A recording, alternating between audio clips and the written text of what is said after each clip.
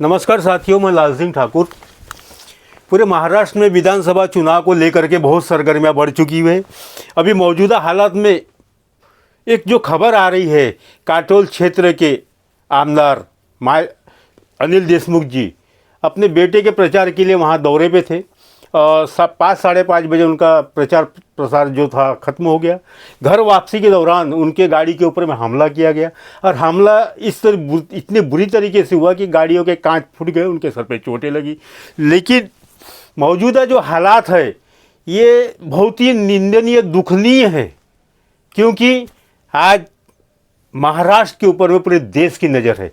एक माजी मंत्री के गृह मंत्री के ऊपर हमला होता है और एक गृह मंत्री वर्तमान में है और एक केंद्र में गृह मंत्री है, उनकी ललकार है कि सत्ता हमको काबिज करना है और देवेंद्र फडणवीस को मुख्यमंत्री बनाना है। यानी देवेंद्र फडणवीस जी को अगर मुख्यमंत्री बनाना है तो माजी मंत्री जो है गृह मंत्री, क्या उनके ऊपर हमला होना उचित है?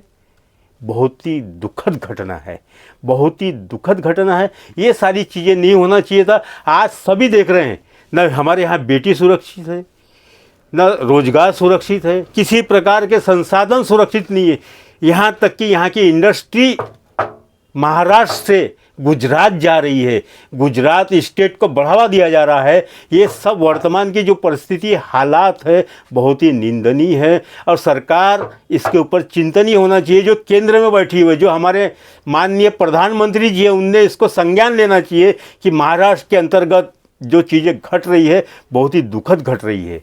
हर आदमी इससे भयभीत हो रहा है कि क्राइम दिन प्रतिदिन बढ़ रहा है। चोरी छिमारी डकैती, हर चीज़, लूट मार, सब चीज़ें बढ़ रही है।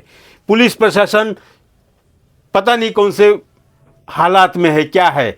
यहाँ तक कि इसका भुक्तभोगी तो मैं भी हूँ। छोटे मोटे साले चिल्लर छाप बिल्डर जो है अनधिकृत रूप से प्लाटों के ऊपर कब्जा कर रहे हैं। सिविल धंतोली जैसे एरिया में आया करके मेरे जैसे आदमी को भी चमकाने की कोशिश करते हैं। ऐसी कई चीज़ें। मैं तो एक सामाजिक कार्यकर्ता हूँ, मीडिया से हूँ, उसके बावजूद मुझे नहीं बख्शा जाता था। ऐसे कई गरीब तबके के लोग होंगे, उनके हालात क्या होंगे? क्या सही में वर्तमान में ये जो चल रहा है ये लोकतंत्र की हत्या नहीं हो रही है? सही में लोकतंत्र की हत्या हो रही है साथियों। इसके ऊपर आप लोग गौर करिए, इसके ऊपर अंकुश लगाने का प्रयास करिए, अपने अपने क्षेत्र में इसका विरोध करिए, चाहे जो भी हो साथियों। ये गुंडा तत्व खत्म होना चाहिए, हमारे महाराष्ट्र से तो भी खत्म होना चाहिए। हिंदुस्तान की तो हम बात नहीं कर सकते। हिंदुस्तान में जो बैठे हैं, मुंह में राम बगल में छुरी वाला किस्सा है। धन्यवाद साथी, इस सारी चीज़ों को समझिए।